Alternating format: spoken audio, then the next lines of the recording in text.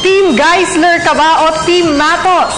Kahit kanino ka pa, tsak na isa ka sa mga naghihintay sa highly anticipated na bakbakan ng dalawang aktor sa isang pro MMA event ng Universal Reality Combat Championship na gaganapin sa Sabado. Sa katunayan, tiniyak ng dalawa na hindi nila ituturing na larong kalye ang nalalapit na laban sa URCC. Ang kabuuang panayam kina Geisler at Matos ihahatid sa atin ni Arian Malyare. Nagsimula sa isang street fight.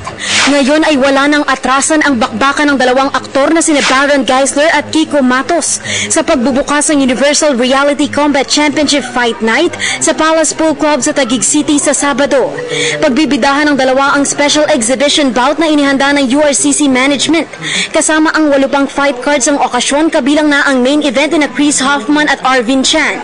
Kanina ay tampok sa lingguang PSA Forum sa Malati, Maynila sina Geisler at Matos, kasama si URCC President Alvin Aguilar at iba pang fighters, kung saan sa press con pa lamang ay tila hindi na naiwasang magpatutsadahan ng magkaribal na kampo.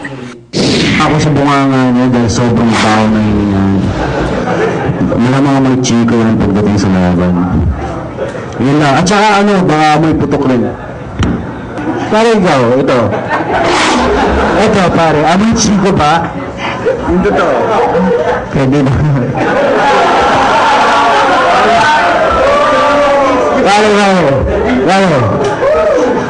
Amoy alak ba? Ay, hindi. Hindi. I haven't been drinking. Dude, come on. Tama na yung mga lies. You're delusional, dude. So delusional, man. Lalo na magiging delusional after the fight pag nabigwasan kita. Dahil dito, nagpaabot ng mensahe sina Geisler at Matos para sa isa't isa, eksaktong 4 na araw bago ang kanilang laban. Just be prepared. Just be prepared. It's also hard to be too confident kasi too much confidence can kill a man. Gusto ko yung dating ng laban sana namin, hindi yung labang kanto. Yung may style talaga, yung may MMA feel. Hindi yung bigla na lang na parang mga talangkang hindi mo alam kung saan pupunta. Baron Geisler, ang dami mo pa rin sinasabi. Magkita na lang tayo sa June 25. Yun na lang. Inamin din ng dalawa na hindi nila gagawing biro ang URCC event, kung saan naghahanda na rin umano sila ngayon. Maglalaban sina Matos at Geisler sa isang pro-am rules kung saan hindi sila gagamit ng tuhod at siko sa kanilang highly anticipated bout. I've stopped my drinking.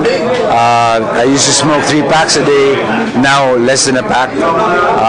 And then I train like 4 hours, 4 to 5 hours a day. Yeah. So I'm very blessed and very thankful sa URCC and sa training camp ko rin.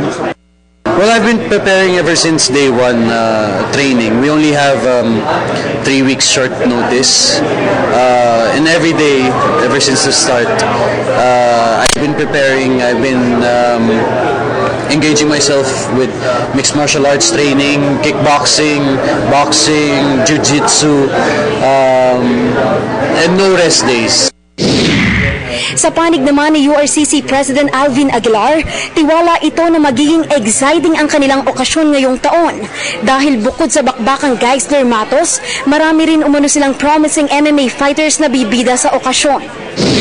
I have really big expectations. We have our best pro fighters fighting, we have our best pro-am fighters, and then we have a special exhibition bout. I mean, what more can you ask for? Talagang purong-puro yung gabi. Our main event is going to be Hoffman versus Arvin Chan, 2 excellent strikers.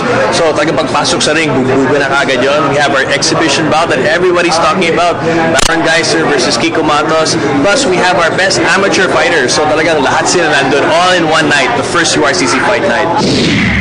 Ang URCC ay ang isa sa pinakamatagumpay na mixed martial arts organization sa buong Asya. Para sa PTV Sports, Arian Malyare, Telebisyon ng Bayan.